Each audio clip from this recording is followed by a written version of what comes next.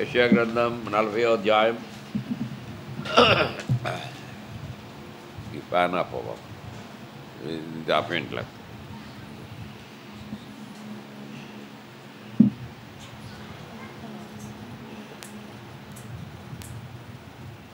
మొదటి 10 వచనాలు మార్చి చదువుకుందాం, తర్వాత మిగతా వచనాలు తర్వాత చదువుదాం. యెషయా గ్రంథం 40వ అధ్యాయం మొదటి 10 వచనాలు. మీ దేవుడు సెలవిచ్చిన మాట ఏదనగా, నా జనులను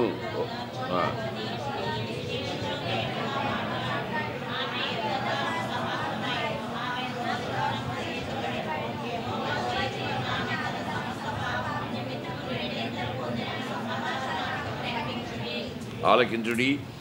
అడవిలో ఒకడు ప్రకటిస్తున్నాడు, ఎట్లనగా అరణ్యములో యెహోవాకు మార్గము సిద్ధపరచుడి, ఎడారిలో మా దేవుని రాజమార్గమును సరళము చేయుడి.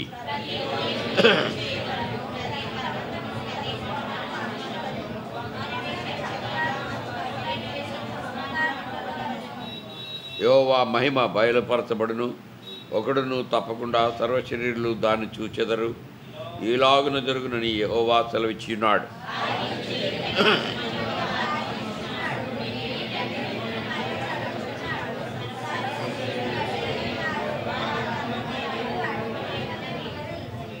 యెహోవా తన శ్వాసము దాని మీద ఊదగా గడ్డి ఎండును, పువ్వు వాడును. నిశ్చయముగా జనులు గడ్డి వంటి వారే.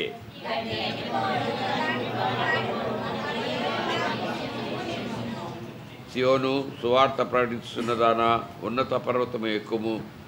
యెరూషలేమా సువార్త ప్రకటిస్తున్నదానా, బలముగా ప్రకటించుము, భయపడక ప్రకటింపుము. ఇదిగో మీ దేవుడు అని యూదా పట్టణములకు ప్రకటించుము.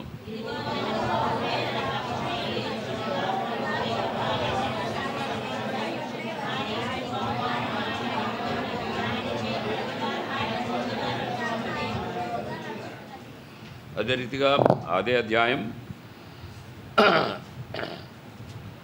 25వ వచనం నుంచి చివరి వరకు మార్చి చదువుకుందాం. 40వ అధ్యాయం 25వ వచనం. నీవు ఇతనితో సమానుడు అని మీరు నన్నెవనికి సాటి చేయుదురు అని పరిశుద్ధుడు అడుగుతున్నాడు.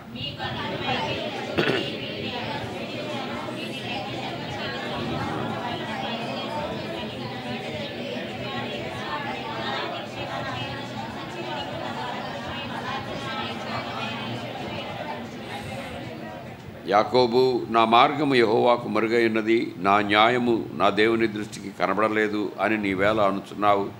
ఇశ్రాయేలు, నీవేళ అలాగు చెప్పుచున్నావు.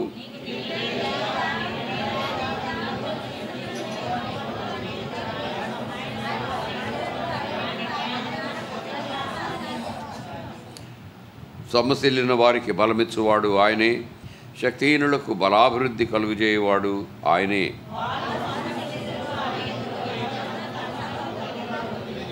యెహోవా కొరకు ఎదురుచూచువారు నూతన బలం పొందుదురు. వారు పక్షిరాజుల వలె రెక్కలు చాపి పైకి ఎగురుదురు, అలయక పరిగెత్తుదురు, సొమ్మసిల్లక నడిచిపోవుదురు.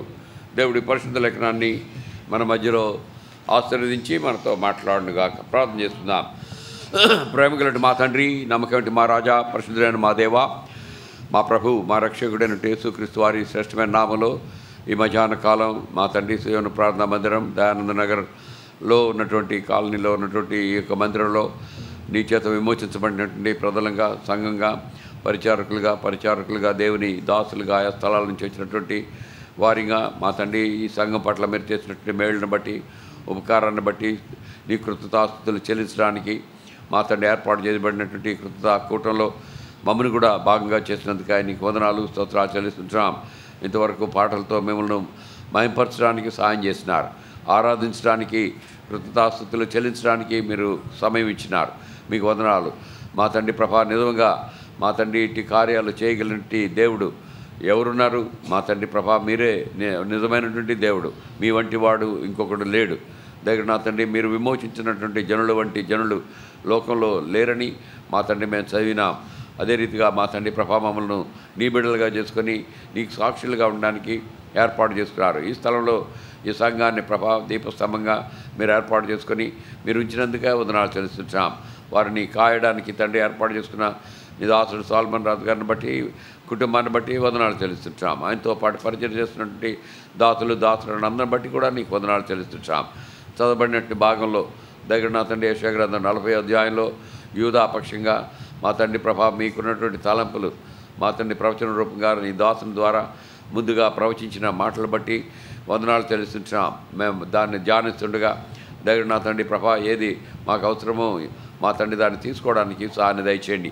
మా తండ్రి ప్రభా మా యొక్క ఆత్మీయ అవసరతలు తీర్చేటి దేవుడు మమ్మల్ని నీకు సమీపంగా తీసుకురావాలని మీ యొక్క స్వరూపులోనికి మార్చాలని మా తండ్రి ప్రభా మా ద్వారా మా తండ్రి పరిచర్య జరిగించుకోవాలని మీకున్నటువంటి సంకల్పాలన్నింటి బట్టి నీకు వందనాలు చెల్లిస్తుంటున్నాం. దయమండి మా తండ్రి మధ్యాహ్న సమయం మాకు ఆశీర్వాదకరంగా చేయమని మా తండ్రి అవిగుండె నన్ను మా తండ్రి సిలువ చాటును మరుగుపరచండి. నా నోటిని నా గొంతును మా తండ్రి ముట్టండి. దగ్గర నా తండ్రి మా తండ్రి మీ యొక్క సత్యాన్ని మేమందరం తెలుసుకునేలాగున మా తండ్రి బయలుపరచమని మా తండ్రి నన్ను మీ హస్తాలకు అప్పగించుకుంటూ సిలువ చాటును మరుగుపరిచి నాతోనూ మాతోనూ మీరు మాట్లాడమని మా ప్రభువు మా రక్షకుడు మా విమోచకుడైనటువంటి యేసుక్రీస్తు వారి శ్రేష్టమైన నామంలో అడిగి ప్రార్థిస్తుంటున్నాం తండ్రి, ఆమేన్. మనం ఈ 40వ దావీదు యొక్క యెషయా గ్రంథాన్ని చదువుకున్నాం. కొన్ని వచనాలు మరి ఆరంభంలో మరి అధ్యాయం పెద్దది కాబట్టి ఆఖరిగా కొన్ని వచనాలని మనం చదివిన ఈ యొక్క మరి యెషయా గ్రంథం మొదటి 39 వచనాలు ఒక భాగం అయితే 40వ అధ్యాయం నుంచి 66వ అధ్యాయం వరకు వేరొక భాగంగా మనం చూస్తాం. 2 భాగాలు 66 అధ్యాయాలని మరి మినీ బైబిల్ అంటారు. ఎందుకంటే బైబిల్లో కూడా 66 పుస్తకాలు ఉన్నాయి. అదే రీతిగా ఇందులో 66 అధ్యాయాలు ఉన్నాయి. మొదటి 39 అధ్యాయాలు యెషయా ప్రవక్త మరి ఆ 750 క్రీస్తు పూర్వం ఆ కాలంలో ఆయన జీవించినటువంటి వాడు. దాదాపుగా 100 సంవత్సరాల తర్వాత ఏ విధంగా ఏ సంగతులు జరగనయింటినాయో యూదా రాజ్యం పక్షంగా ఏది జరగనయింటుందో ప్రవచిస్తూ వచ్చినాడు. ఆ హిజ్కియా యూదా మరి యోతాము హిజ్కియా అనేటువంటి రాజుల కాలంలో ఆయన ప్రవచించినాడు. ప్రత్యేకంగా హిజ్కియా కాలంలో మరి ఈ 39వ అధ్యాయాల్లో అక్కడ మనం శిక్షణ గురించి అవుతాం. ఎక్కువ తీర్పు గురించి అవుతాం. ఎందువల్లంటే దేవుడు మరి ఇశ్రాయేలు యూదా ప్రజలను వారిని అడ్రస్ చేస్తున్నాడు. వారిని మరి ఏ విధంగా వారిని ప్రేమించినాడో, ఏ విధంగా ఏర్పాటు చేస్తున్నాడో, ఏ విధంగా వారిని విమోచించినాడో, ఏ విధంగా వారికి రాజులను న్యాయాధిపతులని దయచేసినాడో, ఏ విధంగా వారికి ప్రవక్తలను దయచేసినాడో, దేవుని మార్గాల్ని వారికి బోధిస్తూ వచ్చినాడో అన్నీ కూడా మరి వారికి చెప్తూ ద్వితీయోపదేశకాండలో మీరు ఒకవేళ నా మార్గాలను విడిచిపెట్టినట్లయితే, మీరు ఇతర దేవతల్ని పూజించినట్లయితే, మరి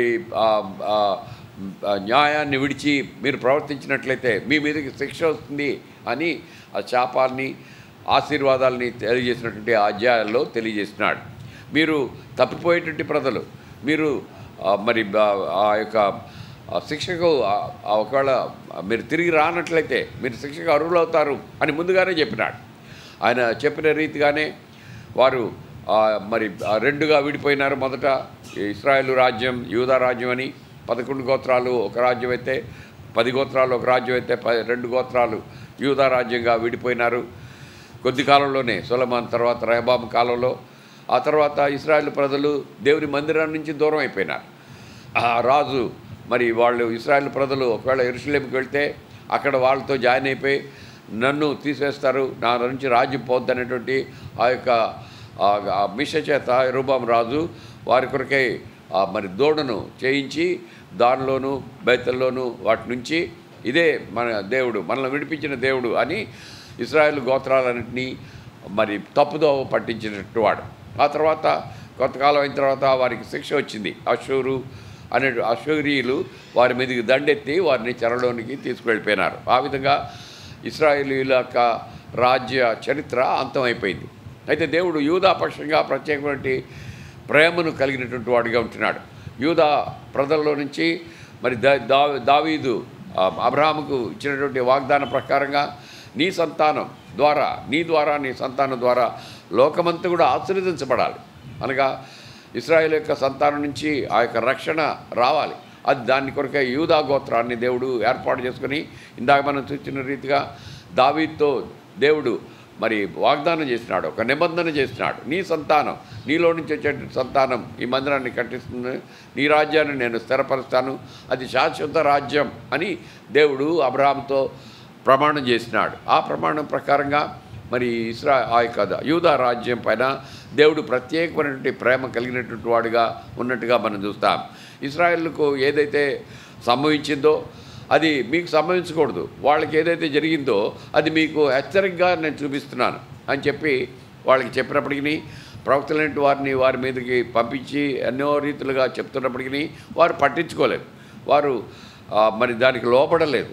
వారు కూడా మరి అవిధేయులుగానే దేవుని మార్గాలను విడిచిపెట్టి మరి పాపంలో జీవించడానికి, పాపం నుంచి తొలగిపోకుండా ఉండి మరి దానిలో కొనసాగినారు. అందువలన మీ మీదకి తీర్పు రానైంటుంది, అందువలన మీ మీదకి శిక్ష రానైంటుంది. బబులోను రాజు రానైంటున్నాడు, వచ్చి మిమ్మల్ని మరి చెరలోనికి తీసుకువెళ్ళిపోతాడని ముందుగా వారికి తెలియజేస్తున్నాడు. తెలియజేసినప్పుడు మరి ఆ యొక్క యెషయా ప్రవక్త, ఆ తర్వాత ఇర్మియా ప్రవక్త దాన్ని ప్రవచిస్తూ వచ్చినారు. ప్రవచిస్తూ వచ్చినప్పటికీ దేవుడు కరుణామయుడు కాబట్టి, దేవుడు వాత్సల్యత కలిగినటువంటి వాడు కాబట్టి, ఆయన శాశ్వతమైనటువంటి ప్రేమను మీ ఎడల కలిగి ఉన్నాడు కాబట్టి, నేను దావీదుతో చేసినటువంటి ఆ యొక్క ప్రమాణాన్ని బట్టి, ఆ యొక్క నిబంధనను బట్టి నేను మరి పూర్తిగా మిమ్మల్ని వదిలిపెట్టను, తిరిగి చెరలోకి పోయినప్పటికీ చెరలో నుంచి నేను మిమ్మల్ని తీసుకొని వస్తాను అని దేవుడు వారికి తెలియజేసినటువంటి సంగతిని ఈ 40వ అధ్యాయం నుంచి మనం చూస్తాం. 39 అధ్యాయాలు తీర్పు ఏ విధంగా ఉంటుందో, శిక్ష ఏ విధంగా ఉంటుందో చెప్పి 40వ అధ్యాయం నుంచి దేవుడు తన ప్రజల ఎడల ప్రేమ కలిగినటువంటి వాడు కాబట్టి, వెడువను ఎడబాయను శాశ్వతమైనటువంటి ప్రేమను కలిగి ఉన్నాను మరి అన్నటువంటి సంగతి. ఆ తర్వాత ఈ రాజ్యం శాశ్వతమైనటువంటి రాజ్యంగా ఉంటుంది.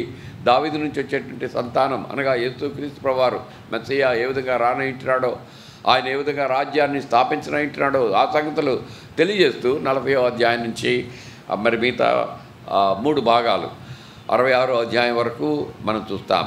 ఈ యొక్క 40 అధ్యాయం నుంచి 66వ అధ్యాయం వరకు 3 భాగాలు ప్రాముఖ్యమైన భాగాలు ఉన్నట్టుగా మనం చూస్తాం. మొదటి భాగం 40వ అధ్యాయం నుంచి 48వ అధ్యాయం వరకు వారిని ఆదరిస్తూ ఆదరణ వాక్యాలు మనం చూస్తాం. యూదా రాజ్యాన్ని అనగా తీర్పులోనికి వెళ్ళిన తర్వాత, ఇంకా తీర్పు వాళ్ళకి మీదకి రాలేదు, చెరలోనికి ఇంకా వెళ్ళలేదు, చెరలోనికి వెళ్ళినటువంటి వారిని తిరిగి తీసుకొచ్చిన తర్వాత దేవుడు ఏ విధంగా వారిని ఆదరిస్తాడో ఇక్కడ 40వ అధ్యాయంలో చెప్తూ ఉన్నాడు.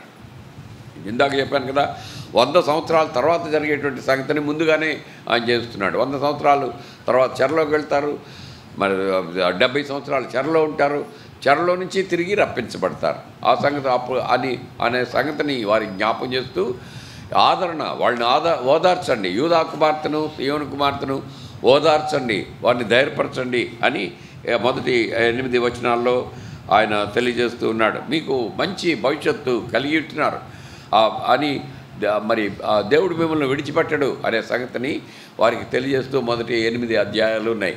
తర్వాత 49వ అధ్యాయం నుంచి 57వ అధ్యాయం వరకు మనం గమనించినప్పుడు మెస్సియా, సర్వెంట్ ఆఫ్ గాడ్, దేవుని యొక్క సేవకుడైనటువంటి మెస్సియా అనగా యేసుక్రీస్తు ప్రభువారు ఏ రకంగా ఈ లోకానికి రానయించినాడు, ఆయన ఏ రకంగా జీవించనయించినాడు, ఆయన ఏ విధంగా మరి బలియాగం చేయనయించినాడు, ఆయన అనేకుల కొరకై తన రక్తాన్ని ఏ విధంగా చిందించనయించినాడు అనే సంగతులు ఈ యొక్క 2వ భాగంలో మనం చూస్తాం.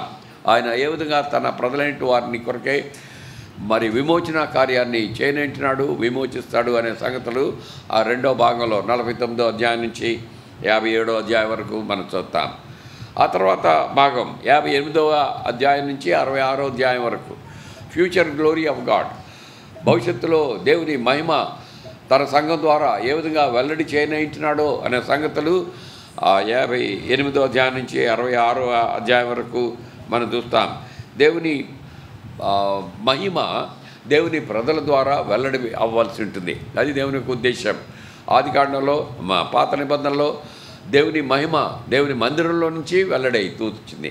ఆ తర్వాత దేవుని మందిరం తీసివేయబడింది. యేసుక్రీస్తు ప్రభువారు వచ్చిన తర్వాత 70 సంవత్సరాలకి ఆ యొక్క మందిరం పడగొట్టబడింది, యూదులు చెదరగొట్టబడినారు. అప్పటి నుంచి కూడా దేవుని మందిరం తిరిగి కట్టబడలేదు. అయితే మధ్యకాలంలో కూడా వారు చెదరగొట్టినప్పుడు, వారు చెరలోనికి వెళ్ళినప్పుడు దేవుని మందిరం మరి కాల్చివేయబడింది, పాడైపోయింది. అయితే 70 సంవత్సరాల తర్వాత వాళ్ళు కట్టుకున్నారు, తిరిగి కట్టుకున్నారు జెరుబ్బాబెల్ ఆధ్వర్యంలో. అయితే మరి ఆ యొక్క దేవుని యొక్క మహిమ, దేవుని మందిరం లేక ఉండే దేవుని మందిరం నుంచి వెల్లడి చేయడం పాత నిబంధనలు అయితే, దేవుని యొక్క మహిమ దేవుని ప్రజల ద్వారా ఆయన బయలుపరచాలని ఆశిస్తుంటున్నాడు. దాని కొరకై ఇశ్రాయేలు ప్రజలను, ఇశ్రాయేలు దేశాన్ని ఎన్నుకొని వారి ద్వారా, వారి జరిగించేటువంటి కార్యం ద్వారా, వారి పట్ల దేవుడు చూపేటువంటి ప్రేమను బట్టి, వారి పట్ల దేవుడు జరిగించేటువంటి గొప్ప అద్భుతాలు, ఆశ్చర్య కార్యాలను బట్టి దేవుని మహిమ వెల్లడవుతూ వచ్చింది. యేసుక్రీస్తు ప్రభు వారి లోకానికి వచ్చిన తర్వాత ఇప్పుడు యూదులకు మాత్రమే కాదు, లోకంలో ఉండే ప్రజలందరూ ఎవరైతే యేసుక్రీస్తు ప్రభువును అంగీకరిస్తారో, ఎవరైతే తమ పాపాలు ఆయన రక్తంలో కడుక్కుంటారో వారందరినీ సంఘంగా చేర్చి, సంఘం ద్వారా దేవుని మహిమ ప్రత్యక్షపరచబడ్డం ప్రస్తుతం జరుగుతున్నటువంటి సంగతి. దానిలో మనం భాగమైన దేవుని మందిరంలో మనం చేర్చింది మరి మన యొక్క పాపాలను క్షమించి దేవుని మందిరంగా, దేవుని సంఘంగా సమకూర్చి మన ద్వారా మనలో జరుగుతున్న దాన్ని బట్టి మరి దేవుని యొక్క మహిమ బయలుపరచబడాలి. అది దేవుని యొక్క ఉద్దేశం ఉంటుంది. అందువల్లనే మన ప్రార్థనలకు జవాబు దయచేస్తున్నాడు. మనం ప్రార్థించినప్పుడు మన అక్కర్లు ఆయన తీర్చేటువంటి వాడుగా ఉంటున్నాడు. అందును బట్టే ఆయన మన యొక్క వ్యక్తిగత అవసరతలు, కుటుంబ అవసరతలు, మరి మందిరం యొక్క అవసరతలు వాటన్నిటినీ తీరుస్తూ ఉంటున్నాడు. దాన్ని బట్టే దేవుని ప్రజలైన వారిని, బిడ్డలైన వారిని ఆశీర్వదించి వారిని ఆయా స్థలాల్లో ఆయన కొరకైనటువంటి సాక్షులుగా ఉంచుతున్నాడు. అందు నిమిత్తమే మరి దేవుని యొక్క పాత కాలాన్ని అంతటినీ మర్చిపోయి, పాత బాధలు, పాత అవస్థలు వాటన్నింటి నుంచి తీసివేసి మంచి స్థలాల్లో వారిని హెచ్చించి, వారిని ఉంచి, వారి ద్వారా తననామం మహిమపరచబడాలనేది నెరవేరుస్తూ ఉన్నాడు. దానిలో నీవు నేను భాగమహించినాం. దేవుని కృపను బట్టి మన యొక్క బిడ్డలు ఆయా స్థలాల్లో చదువుకొని మంచి ఉద్యోగాలు సంపాదించుకొని ఆయా స్థలాల్లో దేవుని కొరకైనటువంటి వారిగా ఉంటూ దేవుని మహిమను వెల్లడిపరుస్తున్నారు. అయితే అందరూ ఆ విధంగా చేయాలనేది దేవుని యొక్క ఉద్దేశం. అందరూ ఆ విధంగా చేస్తున్నారా లేదా అన్నది వేరొక సంగతి. అనేక మంది దేవుని యొక్క ఉద్దేశం ఎరగని వారుగా ఉంటున్నారు. ఎందు నిమిత్తమై దేవుడు నన్ను ఈ స్థలంలో ఉంచినాడు, ఎందు నిమిత్తమై ఈ ఉద్యోగం అనుగ్రహించినాడు, ఎందు నిమిత్తమై నన్ను ఆశీర్వదిస్తూ ఉన్నాడు భౌతికంగా అనేది ఆలోచించరు. నా కష్టమే, నా సామర్థ్యమే, నా కష్టార్జితమే అని అనుకుంటూ ఉంటారు. ఇశ్రాయేలు ప్రజలు కూడా ఆ విధంగానే అనుకుంటారని ముందుగానే దేవుడు తెలియజేసినాడు. ద్వితీయోపదేశకాండం 8వ అధ్యాయంలో ఆ మాట మనం చూస్తాం. ఒకవేళ మీరు కట్టని ఇండ్లలో నివసిస్తున్నారు, మీరు నాటని తోటల్లో మీరు నివసిస్తూ ఉన్నారు, మీరు ఫలించి అభివృద్ధి పొందడం నా యొక్క ఉద్దేశం. అయితే మీరు బాగా ఫలించి అభివృద్ధి పొందిన తర్వాత ఒకవేళ ఈ విధంగా అనుకుంటారేమో, నన్ను విసర్జించి నన్ను మర్చిపోతారేమో. చూడండి 12వ వచనం 8వ అధ్యాయం, ద్వితీయోపదేశకాండం 8వ అధ్యాయం 12వ వచనం. మంచి ఇండ్లు కట్టించుకొని వాటిలో నివసింపగా నీ పశువులు, నీ గొర్రె మేకలను వృద్ధి అయి నీకు వెండి బంగారములు విస్తరించి నీకు కలిగినంతయు వర్ధిల్లినప్పుడు నీ మనస్సును మదించి దాసుల గృహమైన ఐగుప్తు దేశంలో నుండి నిన్ను రప్పించిన నీ దేవుడైన యెహోవాను మరిచెదవేమో. జాగ్రత్త. నీవు ఆ 10వ వచనంలో నీవు తృప్తి పొంది నీ దేవుడైన యెహోవా నీకు ఇచ్చిన మంచి దేశమును బట్టి ఆయన్ను స్తుతింపవలెను. మరి దేవుడు చేసినట్టు మేళ్లను జ్ఞాపకం చేసుకోవడం, ఎందుకంటే మర్చిపోకుండా ఉండడానికి. మా సామర్థ్యం కాదు, మా గొప్పతనం కాదు, మా భక్తి కాదు, మా కష్టం కాదు, దేవుని కృపను బట్టి దేవుడే దీన్ని దయచేసినాడు, ఈ స్థితిలో ఉంచినాడు, దీన్ని అనుగ్రహించినాడు అని ఎప్పటికప్పుడు జ్ఞాపకం చేసుకుంటూ దేవుణ్ణి స్తుతించవలసిన వారిగా ఉంటున్నాం. ఆ విధంగా చేసినప్పుడు మనల్ని మనం తగ్గించుకుంటాం, దేవుని హెచ్చిస్తాం. మనకు కలిగిన దాన్ని బట్టి మరి ఎవరైనా ప్రశ్నించినప్పుడు దేవుని కృప, దేవుని మేము నమ్ముకున్నాం, దేవుని మేము అనుసరిస్తున్నాం, దేవుని మార్గాల్లో మేము నడుస్తున్నాం, ఆయన మా జీవితాలను మార్చినాడు, మా మాట తీరును మార్చినాడు, మా బ్రతుకును మార్చినాడు, మమ్మల్ని అనేకమైన దీవెనలతో నింపుతూ ఉన్నాడు, మా ప్రార్థనలు దేవుడు ఆలకిస్తున్నాడని మనం ఆయన గురించి సాక్ష్యం చెప్పవలసిన వారిగా ఉంటున్నాం. ఆ విధంగా మరి దేవుని యొక్క మహిమను వెల్లడిపరిచేటువంటి వారిగా ఉంటాం. మన పట్ల చేసేటువంటి ఆ యొక్క ఆశ్చర్య కార్యాలు, అద్భుత కార్యాలను బట్టి దేవుని యొక్క నామం మహిమపరచబడుతుంది. దయానగర్లో ఉన్నటువంటి సియోను ప్రార్థనా మందిరం ద్వారా అందులో నుండి విశ్వాసులు, విశ్వాస కుటుంబాల ద్వారా, అందులో నుండి యవనస్తుల ద్వారా మరి అయినటువంటి సహోదరుల ద్వారా దేవుని నామం మహిమపరచబడాలి, ప్రత్యక్షపరచబడాలి, తెలుసుకోవాలి. వీరు దేవుడు గొప్పవాడు, వీరి ప్రార్థనలు దేవుడు ఆలకించినాడు, వీరందరినీ దేవుడు ఆశీర్వదిస్తున్నాడు అని ఎప్పుడైతే ఎరుగుతారో అందరూ వస్తారు, అందరూ పరిగెత్తుకుంటూ వస్తారు. మేము కూడా ఆ దేవుని పొందాలి, మేము కూడా ఆశీర్వాదాన్ని పొందాలనేటువంటి మరి ఆశ వారికి కలుగుతుంది. కాబట్టి దేవుని యొక్క మహిమ ప్రత్యక్షపరచబడాలంటే నీవు నేను ఆయన కొరకైనటువంటి సాధనాలుగా ఉండవలసిన వారిగా ఉన్నాం. మన జీవితమే, మన కుటుంబమే మరి దేవునికి సాక్ష్యంగా పత్రికగా ఉంటుంది. అది దేవుని యొక్క ఉద్దేశమై ఉంటుంది. కాబట్టి ఇక్కడ మరి ఆ యొక్క చరిత్ర మనం చూసినప్పుడు ఆ యొక్క యూదా ప్రజలు దేవుని యొక్క మరి ఆ హెచ్చరికలను తీసుకోలేదు. వాళ్ళు తీసుకోకుండా ఉన్న కారణం చేత ఈ ప్రవచనంలో ఏ విధంగా అయితే మరి ముందుగానే 39 అధ్యాయాల్లో చెప్పినాడో, మరి ఇరిమియా గ్రంథంలో మనం చూస్తాం. సిద్కియా అనేటువంటి రాజు, యెహోయాకీము మొదట, తర్వాత యెహోయాకీను, ఆ తర్వాత సిద్కియా రాజు, ఈ ముగ్గురు రాజుల కాలంలో 3 సార్లు నెబుకద్నెజరు బబులోను యొక్క రాజు వారిపైన దండెత్తినాడు. చూడండి, దండెత్తి 3 సార్లు వాళ్ళని చెరగలోకి తీసుకుపోయినట్టుగా మన దేవుని యొక్క వాక్యంలో చూస్తాం. 2వ రాజుల గ్రంథం 1వ అధ్యాయం.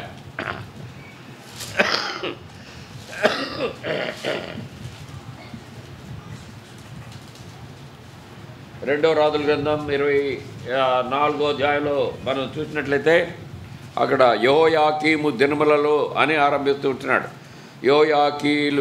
కీము మరి వచ్చినప్పుడు ఆయన చూడండి 2వ వచనంలో యెహోవా అతని మీదికి అతని సేవకుల ప్రవక్తల ద్వారా తాను సెలవిచ్చిన మాట చొప్పున యూదా దేశమును నాశనము చేటుకై దాని మీదికి కల్దీయుల సైన్యములను, సిరియనుల సైన్యములను, మోయాబీయుల సైన్యములను, అమ్మోనీయుల సైన్యములను రప్పించెను.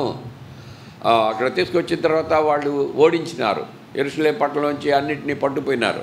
అది 605 సంవత్సరంలో జరిగింది మొదటి డిపోర్టేషన్. అప్పుడు కూడా కొంతమందిని చెరలోనికి తీసుకుపోయినాడు నెబుకద్నెజరు రాజు. ఆ మొదట చెరలోనికి తీసుకువెళ్ళిన దానిలో దానియేలు అతని సహోదరులు ఉన్నారు. దానియేలు గ్రంథంలో దాన్ని మనం చదువుతాం. కొంతమంది యవనస్తులైన వారిని, పనికొచ్చేటి వారిని, మంచి వారిని నెబుకద్నెజరు రాజు చెరగా పట్టుకుపోయినాడు. మొదటి చెర ఇది. రెండవది యెహోయాకీను కాలంలో జరుగుతుంది. 8వ వచనం తర్వాత మనం చూస్తే యెహోయాకీను రాజ్యానికి వచ్చినాడు.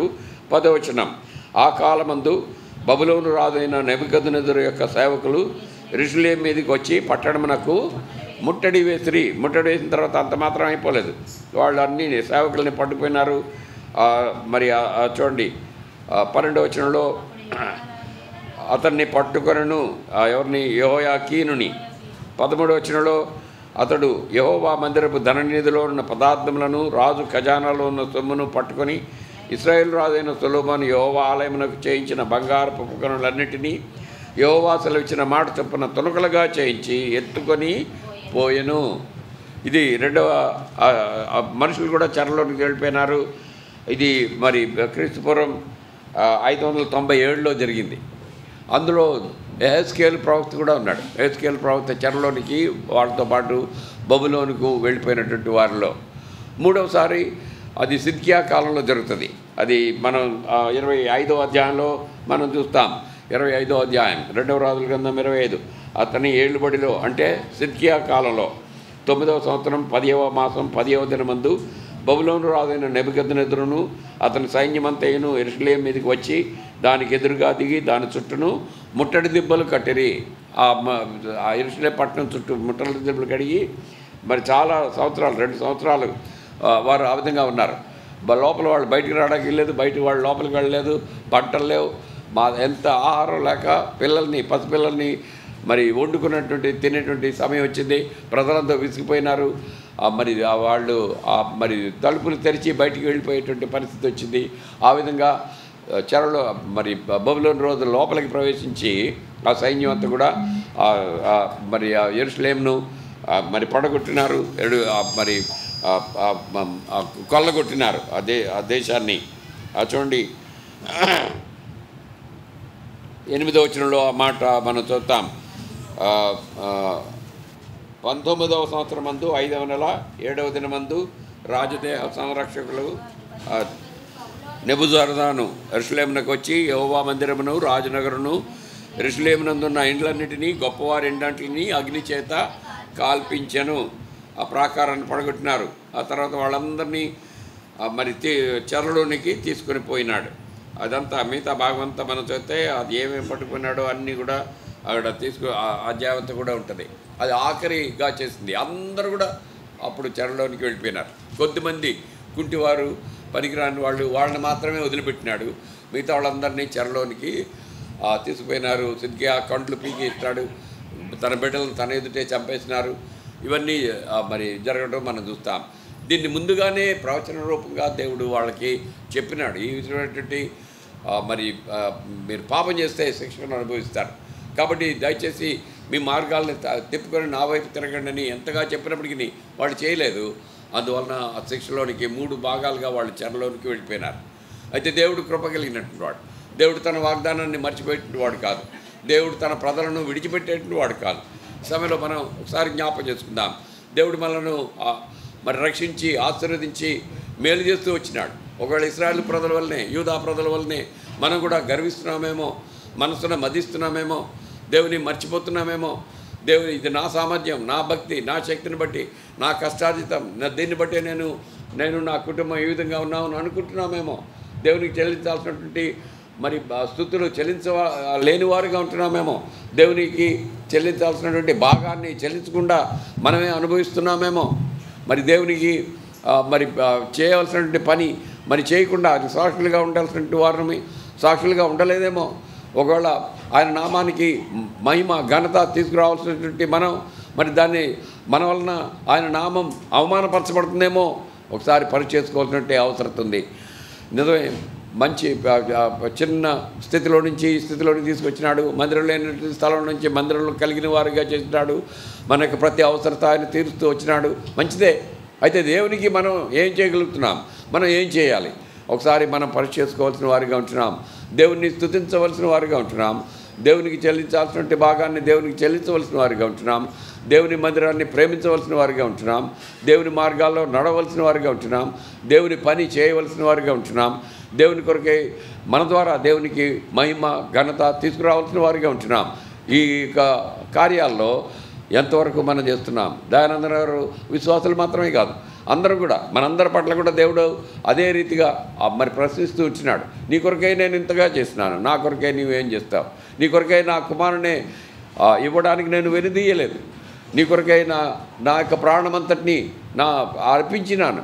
నీ కొరకై, నీ రక్షణ కొరకై ఆ విధంగా నిన్ను క్షమించినాను ఉచితంగానే, ఏమి చెల్లించకుండానే. కేవలం విశ్వాసం ద్వారా రక్షించబడి సంఘంలో చేర్చబడి సంఘం ద్వారా అనేకటువంటి మేళ్ళు ఉపకారాలు మనం పొందగలుగుతున్నాం. సంఘ ప్రార్థన బలమైనది. దాని ద్వారా మనం పొందేటువంటి మన కుటుంబం, మన బిడ్డలు ఎన్నో మేళ్ళు ఆశీర్వాదాలు పొందుతున్నాం. బదులుగా దేవునికి ఏం చేస్తున్నామో ఒకసారి ప్రశ్నించుకుందాం. తగిన రీతిగా చేస్తున్నామా? తగిన రీతిగా ఆ కార్యాల్లో కొనసాగుతున్నామా? మనం ఆలోచించవలసిన వారిగా ఉంటున్నాం. ఈ యొక్క మరి దేవుడు తన కృపను బట్టి ఏదైతే వాగ్దానం చేసినాడో అదే వాగ్దాన ప్రకారంగా తన ప్రజలైన వారిని విడిచిపెట్టకుండా వారిని వెనక్కి తీసుకొచ్చినాడు. ఏ విధంగా 3 సార్లు వాళ్ళు చెరలోనికి వెళ్ళినారో అదే రీతిగా 3 సార్లు వాళ్ళు వెనక్కి తీసుకొచ్చినాడు. మొదటిది 586వ సంవత్సరంలో ఆ యొక్క పారసీక రాజు అనేటువంటి కోరేష్ కాలంలో ఒక మరి ప్రకటన చేసి ఇశ్రాయేలు ప్రజలందరూ వాళ్ళు తిరిగి వాళ్ళ యొక్క దేశానికి వెళ్ళిపోవచ్చు అని ఒక ప్రకటన చేసినాడు. మరి దాని ప్రకారంగా మరి 50,000 మంది దాదాపుగా ఆ యొక్క జెరుబ్బాబెల్ నాయకత్వంలో వెనక్కి వచ్చి దేవాలయాన్ని తిరిగి కట్టినారు. హగ్గయి, జకర్యా గ్రంథాల్లో దాన్ని మనం చూస్తాం. మొట్టమొదటి రాగానే వాళ్ళు మరి దేవాలయాన్ని కట్టినారు, దాన్ని ప్రతిష్ఠించినారు. 2వ దేవాలయం అని దానికి పేరు. ఆ తర్వాత మరి 458వ సంవత్సరంలో తిరిగి ఎజ్రా అనేటువంటి నాయకత్వంలో తిరిగి దేవుడు మరి కొంతమందిని తీసుకుని వెళ్ళి ఆ యొక్క సరైనటువంటి క్రమంలో మరి ఆ మందిరంలో ఉన్నటువంటి ప్రజలు అక్కడ యెరూషలేములో లేక వాగ్దాన దేశంలో ఇశ్రాయేలీలు మరి యూదా ప్రజలందరూ కూడా సరైన రీతిలో దేవుని మార్గాల్లో నడవడానికి, హెచ్చరించడానికి, బోధించడానికి ఎజ్రాను మరి వాడుకున్నాడు. అదే రీతిగా నెహెమ్యా గవర్నర్గా అక్కడ పంపించి ఇంకో 15 సంవత్సరాలకి క్రీస్తుపూర్వం 445వ సంవత్సరంలో ఆ యొక్క మరి నెహెమ్యాను పంపించినాడు. కాబట్టి ఎజ్రా, నెహెమ్యా కలిసి ఆ మందిరాన్ని చుట్టూ ఉన్నటువంటి గోడలు కట్టినారు. ఆ తర్వాత ప్రజలందరినీ తీసుకొచ్చి వారికి బోధించినారు. ఏ విధంగా వాళ్ళు మరి తిరిగి ఆ యొక్క పండగలన్నీ ఆరంభించడానికి వారు ఏ విధంగా చేయాలో వాళ్ళకి బోధిస్తూ వచ్చినారు. ఇవన్నీ కూడా ఆ జకర్యా మరి గ్రంథాల్లో, ఎజ్రా గ్రంథంలో, నెహెమ్యా గ్రంథంలో మనం చూస్తాం. ఏ విధంగా 3 సార్లు తీసుకువెళ్ళినాడో 3 సార్లు దేవుడు వాళ్ళని తిరిగి తీసుకొచ్చినాడు. ఈ తిరిగి తీసుకొచ్చినటువంటి ఇది మరి ఇశ్రాయేల్ పక్షంగా దేవుడు చేసినటువంటి చరిత్ర. 40వ అధ్యాయంలో మనం చదివినాం ఏ విధంగా దేవుడు వారి పట్ల ప్రేమ కలిగింటున్నాడో తెలియజేస్తున్నాడు. ఆయన వారి పట్ల ఉన్నటువంటి సంకల్పాలని తెలియజేస్తూ ఉన్నాడు. మీ కొరకే అక్కడ చూడండి 5, 3, 4 వచనాల్లో మార్గం, యెహోవా కొరకు అరణ్యంలో మార్గమును సిద్ధపరచుడి అని చెప్తూ ఉంటున్నాడు. ప్రతి పర్వతం, ప్రతి కొండ అణచవలను, వంకరవి చక్కరగాను, కొరకైనవి సమముగా ఉండవలను అని తెలియజేస్తూ ఉంటున్నాడు. ఇశ్రాయేలు ప్రజలైన వారు, ఇది మరి యోహాను గురించినటువంటి ప్రవచనం అయినప్పటికీ ప్రజలందరూ కూడా వారిలో ఉన్నటువంటి ఎత్తైనవి దేన్ని బట్టి అతిశయిస్తున్నారో అవన్నీ కూడా సమంగా చేయబడాలి. ఏదైతే లోతుగా ఉన్నాయో, ఏదైతే లోటుగా ఉందో వాటిని సమం చేసుకోవాలి. ఆ విధంగా దేవుని యొక్క ప్రజలైన వారు దేవుని దృష్టిలో సమమైనటువంటి రీతిగా ఉండాలి. ప్రభు రాకడ కొరకై వాళ్ళు సరిగా మరి దాన్ని సిద్ధపరచుకోవాలి అనేటువంటి సంగతిని తెలియజేస్తుంటున్నాడు. దేవుని వాక్యం నిత్యము నిలుచున్నటువంటి మాట మనం చూస్తాం. సర్వ శరీరులు గడ్డి వంటి వారు, వారి అందమంతా కూడా మరి అడవి పువ్వు వలె ఉంది. అవంతా పువ్వు ఎండును, గడ్డి ఎండును, పువ్వు వాడును అనేటువంటి మాట అవన్నీ చెప్పి ఆఖరిగా ఆయన చెప్తున్నాడు 8వ వచనంలో, మన దేవుని వాక్యము నిత్యము నిలుచును. దేవుని వాక్యం నిత్యము నిలుస్తుంది. ఎందువల్లంటే మన దేవుడు నిత్యుడైనటువంటి దేవుడు. 28వ వచనం, మిమ్మల్ని సృజించిన భూ దిగంతములను సృజించిన యెహోవా నిత్యుడగు దేవుడు. ఆయన నిత్యుడగు దేవుడు. ఆయన వాక్యము నిత్యమైనటువంటి వాక్యం. ఇది జ్ఞాపకం పెట్టుకుందాం. మనం సేవించేటువంటి దేవుడు నిత్యుడైనటువంటి దేవుడు. ఆయన మాట ఇచ్చి నెరవేర్చేటువంటి దేవుడు. ఇశ్రాయేలు పక్షంగా ఆయన తన మాటనిచ్చి దాన్ని నెరవేర్చినాడు. నీ పక్షంగా ఆయన ఏదైతే వాగ్దానం చేసినాడో దాన్ని ఆయన నెరవేరుస్తాడు. ఎందువల్లంటే ఆయన వాక్యం నిత్యం నిలుస్తుంది. ఆయన అబద్ధమాటకు నరుడు కాడు. ఆయన నిన్ను తన కనుగుడ్డుతో సమానంగా ఇస్తుంటున్నాడు. నిన్ను ఎవరైనా నీకు హాని చేయాలని తలపిస్తే మరి ఆయన అంటున్నాడు, ఎవరైనా మరి నా కనుగుడ్డు ముట్టిన వారిని మరి నిన్ను ముట్టువాడు నా కనుగుడ్డు ముట్టిన వారితో సమానంగా చేస్తానని చెప్తున్నాడు. కాబట్టి నా అరచేతిలోనే నిన్ను చెక్కున్నాను. నిన్ను కాపాడేటి దేవుడు, నీతో పాటు ఉండేటి దేవుడు, నిన్ను విడువను ఎడబాయనని వాగ్దానం చేసినట్టు దేవుడు. ఇటువంటి దేవుడిని మనం కలిగించినాం. ఆయన వాగ్దానం ఇచ్చి, ఆయన మాట ఇచ్చి నెరవేర్చేటి దేవుడు. మనం కూడా ఆయనకి ఏదైతే మాట ఇచ్చినామో రక్షణ పొందినప్పుడు, ఆయనలోనికి వచ్చినప్పుడు, మరి ఆయా సందర్భాల్లో కష్టాల్లో ఉన్నప్పుడు దేవునికి ప్రార్థన చేస్తాం, వాగ్దానాలు చేస్తాం, మరి మొక్కుబడులు చేస్తాం. కానీ అవన్నీ తీరిన తర్వాత మరి దాన్ని పూర్తిగా మర్చిపోతాం. మన బట్టి దేవుడు దుఃఖించేటి వాడుగా ఉంటున్నాడు. మనం దేవుని దుఃఖపడడానికి లేవు, కానీ దేవుని సంతోషపడవలసిన వారిగా ఉంటున్నాం. దేవుడు తన ప్రజల ప్రీతి కలిగినటువంటి వాడు. తన ప్రజలైన వారిని స్థిరపరచాలని, వారిని బలపరచాలని, వారిని వాడుకోవాలని అని కోరేటువంటి దేవుడే ఉంటున్నాడు. చూడండి, ఈ భాగంలో 2 మాటలు మనం ఆఖరి 31వ వచనం మనం చదివినట్లయితే, యెహోవా కొరకు ఎదురు చూచువారు నూతన బలం పొందుదురు, వారు పక్షిరాజు వలె రెక్కలు చాపి పైకి ఎగురుదురు అని చెప్తున్నాడు. అలాగే పరిగెత్తుదురు, సమస్యలక నడిచిపోదురు అని అక్కడ వాగ్దానం చేస్తుంటున్నాడు. దేవుని తన ప్రజలైన వారిని బలపరచాలని ఆయన కోరుతుంటున్నాడు. ఆయన జ్ఞానం శోధించుట అసాధ్యమట. 28వ వచనంలో ఆయన సమస్యలడు అలయడు. ఆయన ఎటువంటి దేవుని మనం కలిగి ఉన్నాం? సమస్యల దేవుడు కాదు. ఆయన నిద్రపోడు, కునుకడు, నిద్రపోడు. ఆయన నిద్రపోయినటువంటి దేవుడు. తన ప్రజల పక్షంగా మరి తాను అనేకటి ఆయన ప్రేమను వెల్లడిపరిచినటువంటి దేవుడు. తన కుమారుని మరి ఇచ్చుట కంటే ఎక్కువైనటువంటి ప్రేమ గలవాడు ఎవడూ లేడు. కాబట్టి మన కొరకే తన కుమారుని ప్రాణంగా పెట్టినటువంటి దేవుని కంటే ఎక్కువైనటువంటి ప్రేమ ఎక్కడా దొరకదు. సజీవుడైనటువంటి దేవుడు, ప్రార్థన ఆలకించే దేవుడు, జాబ్ ఇచ్చేటి దేవుడు, నిత్యుడగు దేవుడిని మనం కలిగించినాం. ఆయన్ను సేవించడం గొప్ప ధన్యత. ఆయన మార్గాల్లో నడవడం మనకి ఇవ్వబడిన గొప్ప భాగ్యం. లోకంలో ఎవరికి లేనటువంటి ఈ గొప్ప ధన్యత, భాగ్యాన్ని మనం కలిగించినాం. జ్ఞాపం చేసుకోవాలి, ఆయన మార్గాల్లో నడవాలి, తీర్మానం చేసుకోవాలి. దేవా, నిర్లక్ష్యంగా నేను ఉండను, నీకు చెందవలసినటువంటి మహిమ నేను నీకు చెల్లిస్తాను, నీకు చెందవలసినటువంటి భాగం నేను చెల్లిస్తాను, నీ మందిరం పట్ల నేను చూపవలసినటువంటి మర్యాదను చూపిస్తాను, నీ వాక్యాన్ని నేను శ్రద్ధతో మరి చదువుతాను, నీ కార్యాల్లో నేను పాల్గొంటాను. ఈ విధమైన తీర్మానం ఆయన మనలో నుంచి కోరుతూ ఉంటున్నాడు.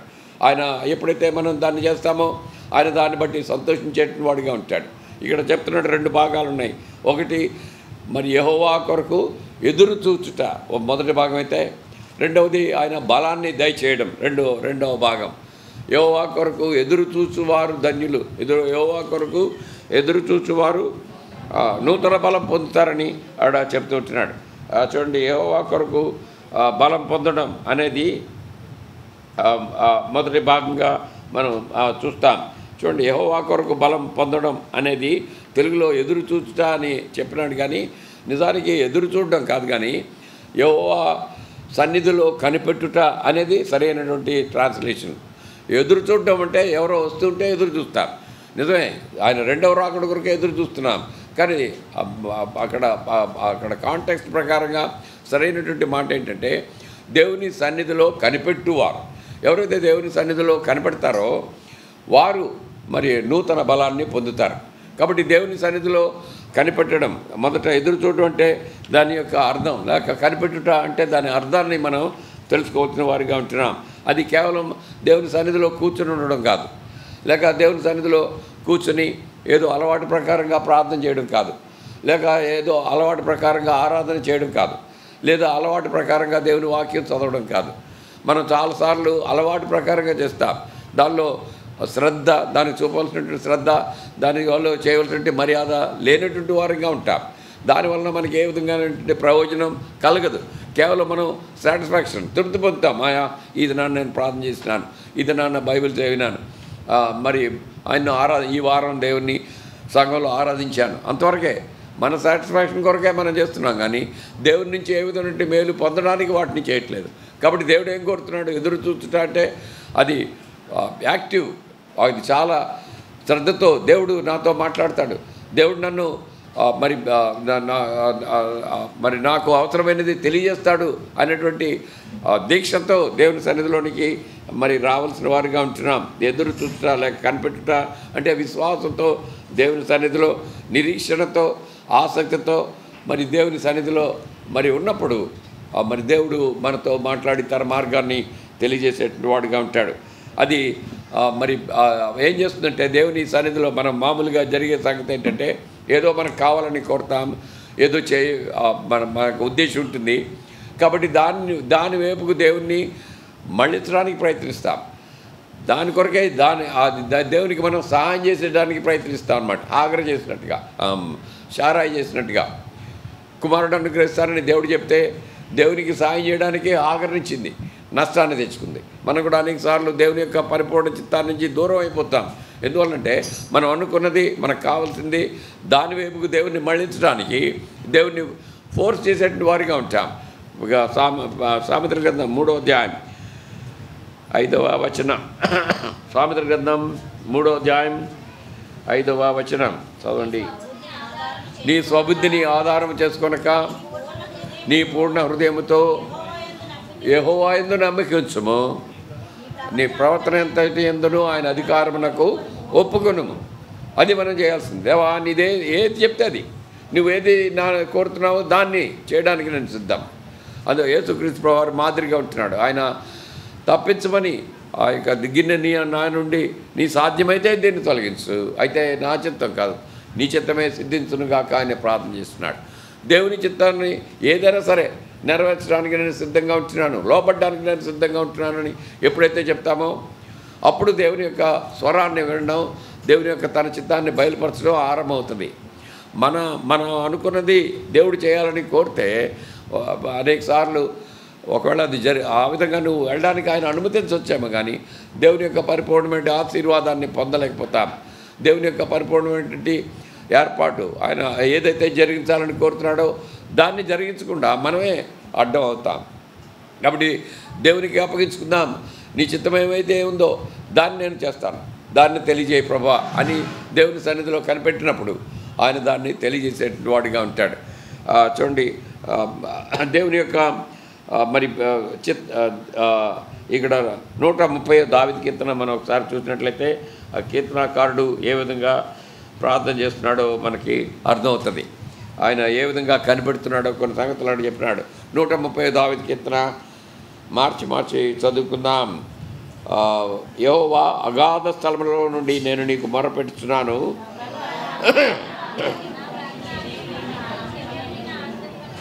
యెహోవా నీవు దోషములను కనిపెట్టి చూసిన ఎడల ప్రభువా ఎవడు నిలువగలడు?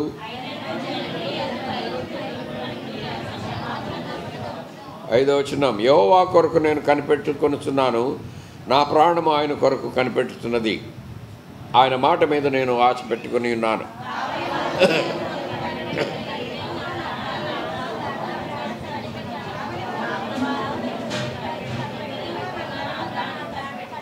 ఇశ్రాయేలు యెహోవా మీద ఆశ పెట్టుకొనుము, యెహోవా యొద్ద కృప దొరుకును, ఆయన యొద్ద సంపూర్ణ విమోచన దొరుకును.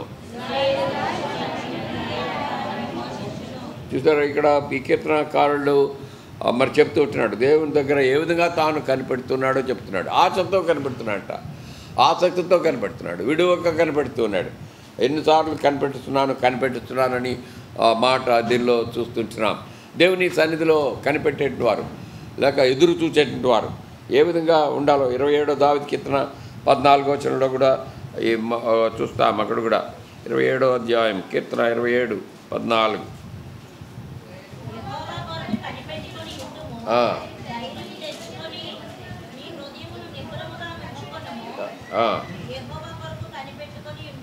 యెహోవా కొరకు కనిపెట్టుకొని ఉండుము అని హెచ్చరిస్తుంటున్నాడు. నేను యెహోవా కొరకు కనిపెడుతున్నాను, మీరు కూడా యెహోవా కొరకు కనిపెట్టుకొని ఉండండి. యెషయా గ్రంథం 30వ అధ్యాయం 18వ వచనం. యెషయా గ్రంథం 30వ అధ్యాయం 18వ వచనం. అలా కదా, ఆఖరి మాట చూద్దాం. ఆయన నిమిత్తము కనిపెట్టుకుని వారందరూ ధన్యులు. దేవుని కొరకు అయితే ఎవరైతే కనిపెట్టుకుంటారో వాళ్ళు ధన్యులైనటువంటి ప్రజలు. Blessed are those. దేవుని సన్నిధిలో కనిపెడ్డాం. దేవుని సన్నిధిలో ఏ విధంగా కనిపెడతాం అనే కొన్ని సంగతులు చూద్దాం. ఏ విధంగా దేవుని సన్నిధిలో కనిపెట్టాలి అంటే ప్రార్థనలో దేవుని సన్నిధిలో కనిపెట్టాలి. ఫెయిత్ఫుల్ ప్రేయర్ గురించి అనేక సంగతులు మనం వింటాం. ప్రార్థనా కూటంలో ప్రతిసారి హెచ్చరించబడతాం. ఏ విధంగా ప్రార్థన చేయాలో మనకి తెలియజేయబడింది. విశ్వాసంతో చేయాలి, ఏకత్వం ఏకీభవించి ప్రార్థన చేయాలి, ఈ విధంగా ఆసక్తితో విడువగా ప్రార్థన చేయాలి. ఈ సంగతులన్నీ మనకు తెలుసు. కాబట్టి ఎవరైతే దేవుని సన్నిధిలో అలవాటు ప్రకారంగా కాకుండా దేవుని సన్నిధిలో నిజంగా ప్రార్థన చేస్తారో, ఫెయిత్ఫుల్గా ప్రార్థన చేస్తారో, దేవుడు వారి యొక్క ప్రార్థనను ఆలకించేటువంటి వాడిగా ఉంటాడు. ఆయన తన యొక్క ఆశీర్వాదాన్ని విడుదల చేసేటువంటి వాడిగా ఉంటాడు. రెండవది, దేవుని వాక్యాన్ని దేవుని వాక్యం చదువుట్లో శ్రద్ధ కలిగి చదవాలి. దేవుని వాక్యాన్ని అలవాటు ప్రకారంగా ఏదో బాధ్యత నెరవేర్చినట్టుగా చదవకూడదు. దేవుని వాక్యం, దేవుడు ప్రార్థనలో మనం దేవునితో మాట్లాడుతుంటే దేవుని వాక్యం ద్వారా దేవుడు మనతో మాట్లాడతాడు. కాబట్టి దేవునితో నేను మాట్లాడినాను ప్రార్థనలో. ఇప్పుడు దేవుని ఏదైతే సెలవిస్తాడో నేను వింటాను. ఆయన ఏమి సెలవిస్తునో అని నేను కనపడుతున్నానని మనకు అయినా ఆయన ఏమి సెలవిస్తాడో ఈ దినం కొరకు, లేక రాబోయే సంవత్సరం కొరకు, లేకపోతే భవిష్యత్తు కొరకు, నా కొరకు, నా కుటుంబం కొరకు, నా పిల్లల కొరకు, నా సంఘం కొరకు ఏమి సెలవిస్తాడో అని ఆశతో ఎవరైతే కనపెడతారో దేవుడు వారికి మరి జవాబు ఇచ్చేటువంటి వాడిగా ఉంటాడు. దేవుని వాక్యం జీవం కలిగినటువంటి వాక్యం ఉంటుంది. కాబట్టి జీవం కలిగిన వాక్యం చూడండి, విత్తనంలో జీవం ఉంటుంది. దానికి సరైనటువంటి మరి అన్నీ దొరికినప్పుడు, అనగా ఆ నీరు, గాలి, మరి చీకటి అవసరమైంది, అవన్నీ కలిగినప్పుడు అది మొలకెత్తుంది. అదే రీతిగా దేవుని ఒక వాక్యం మన హృదయాల్లో విత్తబడి తగిన కాలమందు అది మొలిచేదిగా ఉంటుంది. ఎందుకు దేవుని వాక్యాన్ని మనం కంటత వాక్యాలని పిల్లలకు నేర్పిస్తూ ఉంటే వారి హృదయాల్లో దేవుని వాక్యాన్ని విత్తుతున్నాం. తగిన కాలమందు వారి అవసరతలో, వారి కష్టాల్లో, వారి బాధల్లో జ్ఞాపకం చేసుకుంటారు. జ్ఞాపకానికి వస్తుంది. అది వారిని పాపం నుంచి తప్పిస్తుంది, దేవుని మార్గాల్లో నడవడానికి సహాయం చేస్తుంది, దేవునిపైన ఆధారపడడానికి సహాయం చేస్తుంది, దేవుని దీవెన పొందడానికి అది సహాయం అవుతుంది. దేవుని వాక్యాన్ని శ్రద్ధగా మనం చదవలసిన వారిగా ఉంటున్నాం. ఎవరైతే దేవుని వాక్యాన్ని ఆ విధంగా చదువుతారో వారికి ఆ యొక్క మరి ఆశీర్వాదం యెహోవా కొరకు కనిపెట్టేటువంటి వారు నూతన బలంతో నింపుతాట. నూతన బలం పొందడానికి మనం చేయాల్సినటువంటి పనులు చూస్తుంటున్నాం. ఏ విధంగా ఈ నూతన బలం పొందుతాం అంటే యెహోవా కొరకు కనిపెట్టుడి. ఏ విధంగా కనిపెట్టాలి? ప్రార్థనలో కనిపెట్టాలి. రెండవది దేవుని వాక్యాన్ని చదువుతూ శ్రద్ధతో చదువుతూ దేవుని స్వరాన్ని వినే చెవిని మనం అలవాటు చేసుకోవాలి. దేవుని యొక్క స్వరం వినే చెవి మరి అది ప్రాక్టీస్లో వస్తుంది. ఏలీకి దేవుని స్వరం వినిపించలేదు, సమూయేలుకి దేవుని స్వరం వినిపించిందంట మొదటి సమూయేలు గ్రంథంలో. ఎవరైతే వినడానికి చెవులు కలిగిన వాడు వినుగాక అని ప్రభువు చెప్పినాడు కదా. చెవులు కలిగిన వాడు అంటే ఈ చెవులు కాదు, మన యొక్క ఆత్మ చెవులు మరి దేవుని స్వరాన్ని వినడానికి ట్యూన్ చేయబడాలి. ఈ యొక్క ఎయిర్లో అనేకమంది స్వరాలు ఉన్నాయి. మరి ఏదైతే ట్యూన్ చేస్తామో అదే వస్తుంది. రేడియోలు ఉండేవి ఇదివరకు, అది ట్యూన్ చేసినప్పుడు ఏ స్టేషన్ పడితే ఆ స్టేషనే వస్తుంది.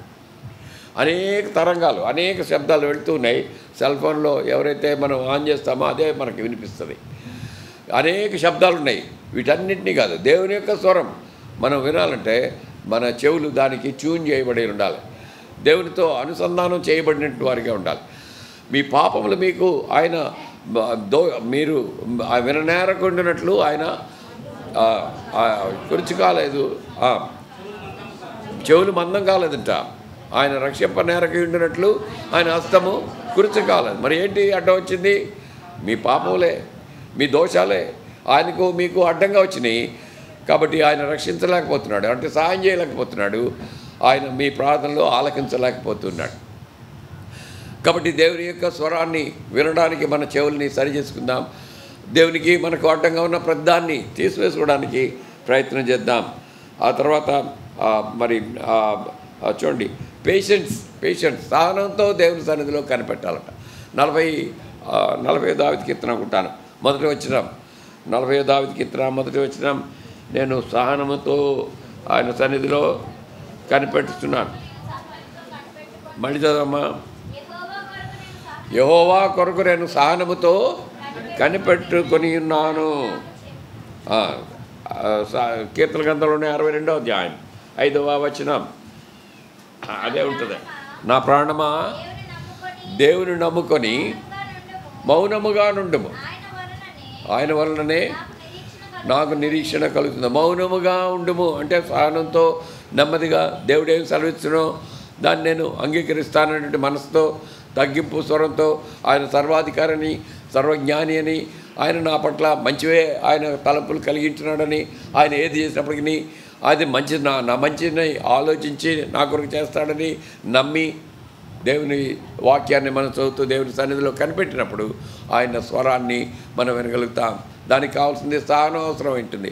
మనకు అన్ని ఇన్స్టెంట్ దినాల్లో ఉంటాం, అన్ని ఇన్స్టెంట్ అప్పటికప్పుడు అయిపోవాలి. అయితే దేవుని కార్యాలు, దేవుని యొక్క పనులు ఆ విధంగా ఇన్స్టెంట్గా జరగవు. కానీ దేవుని కాలంలో, దేని కాలమందు అది జరిగినట్లుగా ఆయన సమస్తాన్ని చేస్తున్నాడు. ఆయన సరిగా ఉన్నట్లుగా చేస్తాడు. ఆయన చేసినప్పుడు అది రైట్ టైం, అది రైట్ టైంలో రైట్ థింగ్ ఆయన చేసేటువంటి వాడిగా ఉంటాడు. అది నమ్మి సహనంతో ఆయన కొరకై కనిపెట్టుకొని ఉండవలసిన వారిగా ఉంటున్నాం. లెమెంటేషన్స్ విలాపవాక్యాలు 3వ అధ్యాయం 26వ వచనం. లెమెంటేషన్స్ విలాపవాక్యములు 3వ అధ్యాయం 26వ వచనం.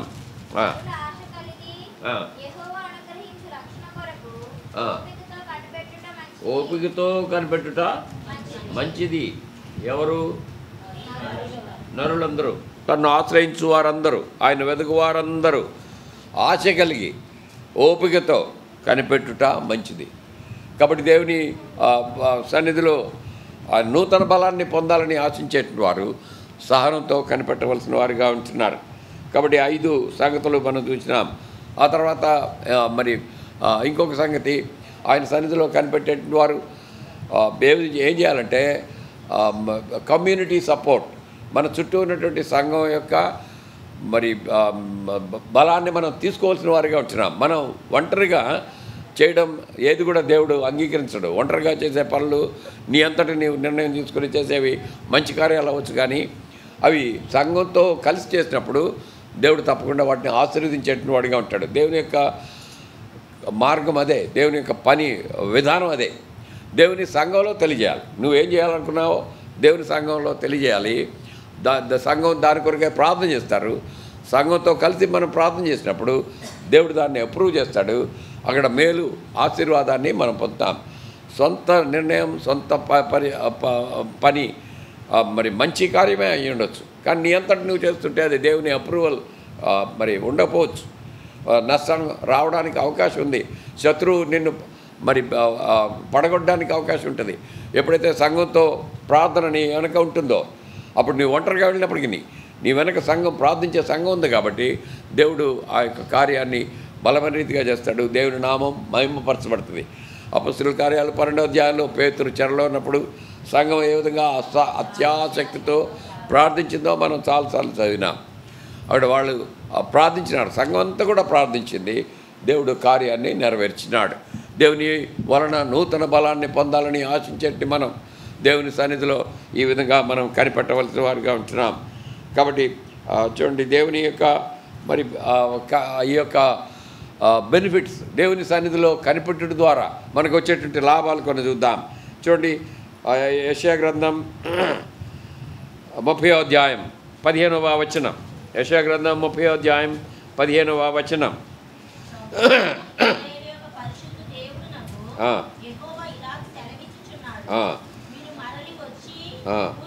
ఊరకుండటం వలన రక్షింపబడుదురు, ఊరకుండి నమ్ముకొనటం వలన మీకు బలము కలుగును. బలం కలుగును, రక్షింపబడను. మొదటిది రక్షించబడ్డాం. దేవుని సన్నిధిలో ఎవరైతే కనిపెడతారో వారికి రక్షణ దొరుకుతుంది. దేవుని సన్నిధిలో దేని కొరకు కనిపెడతారు వాళ్ళు? మరి పాప క్షమాపణ కొరకే కనిపెడతాం. నూతన నిబంధనలో ఉన్నటువంటి మనం, పాత నిబంధనలో వాళ్ళు రక్షించబడ్డం అంటే కాపాడబడ్డాం, శత్రువు నుంచి బారి నుంచి కాపాడబడ్డం వాళ్ళు. అయితే నూతన నిబంధనలో ఉన్నటువంటి వారు రక్షించబడ్డం అంటే పాపం నుంచి విడుదల మనకి కలుగుతుంది. దేవుని మాటను నమ్మి ఆయన యందు విశ్వాసం ఉంచి ఆయన కొరకై మరి ప్రార్థన చేసినప్పుడు ఆయన రక్షించేటువంటి దేవుడు ఉంటాడు. మన పాపల నుంచి మనకు విడుదల కలుగజేసేటువంటి వాడిగా ఉంటాడు. రెండవది 33వ అధ్యాయం 21వ వచనం. 33 కీర్తనల గ్రంథం అనుకుంటాను. చూడండి,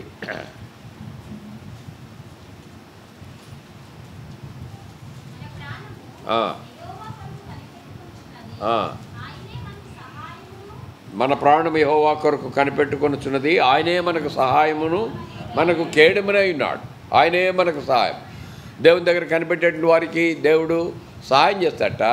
ఆయనే వారిని డిఫెండ్ చేస్తాడు. కేడెం అంటే డాల్ అనమాట. దాని మన శత్రువు వచ్చేటువంటి వాటన్నిటి నుంచి ఆయన మరి మనకు తగలకుండా, మనకు అపాయం రాకుండా కాపాడేటువంటి దేవుడై ఉంటున్నాడు. దేవుని దగ్గర కనిపెట్టేటువంటి వారు సిగ్గునందరు. దేవుని దగ్గర మనం కనిపెట్టేటువంటి వారు ఎవరు కూడా సిగ్గునందరు. వారికి జయం దేవుని దగ్గర నుంచే వారికి సహాయం దొరికేదిగా ఉంటుంది. యెహోవా కనిపెట్టేటువంటి వారు నిరీక్షణ కలిగినటువంటి వారిగా ఉంటారు. నిరీక్షణ కలిగిన వారిగా ఉంటారు. 62వ దావీదు కీర్తన 5వ వచనం. 62:5. నా ప్రాణమా దేవుని నమ్ముకొని మౌనముగా నుండుము, ఆయన వలననే నాకు నిరీక్షణ కలుగుతున్నది. ఆయన వలననే నాకు నిరీక్షణ కలుగుతుంది.